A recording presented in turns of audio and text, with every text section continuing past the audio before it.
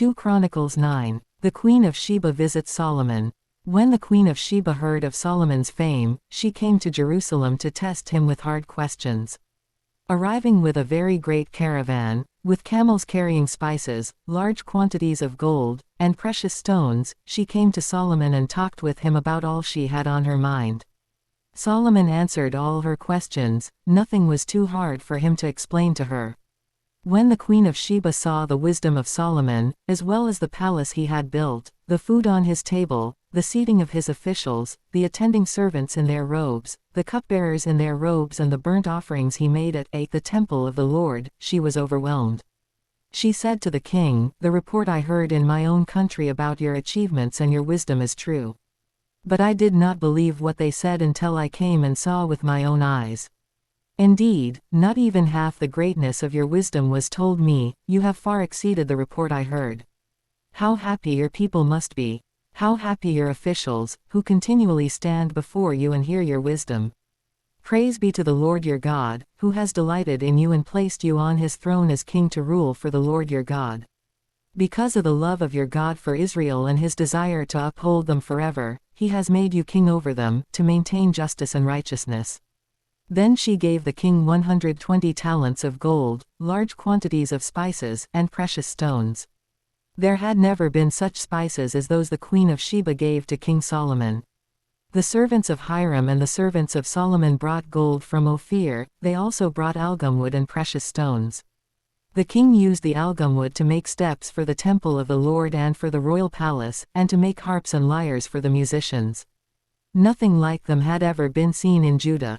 King Solomon gave the Queen of Sheba all she desired and asked for, he gave her more than she had brought to him.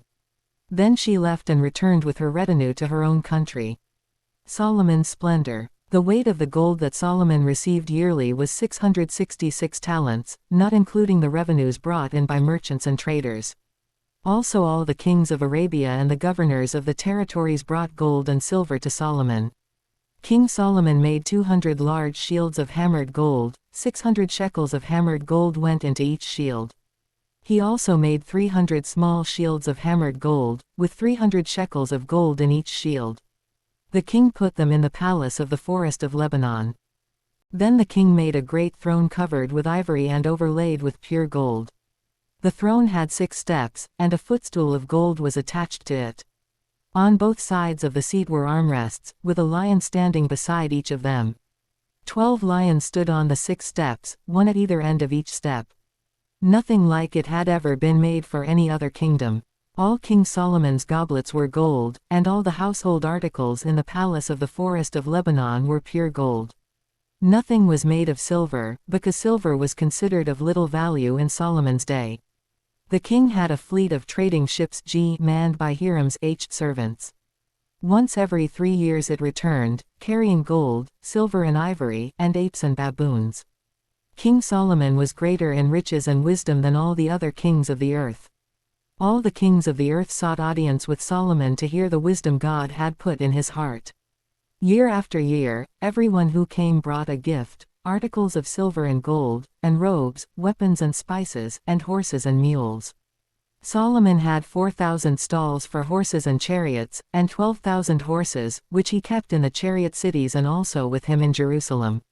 He ruled over all the kings from the Euphrates River to the land of the Philistines, as far as the border of Egypt. The king made silver as common in Jerusalem as stones, and cedar as plentiful as sycamore fig trees in the foothills.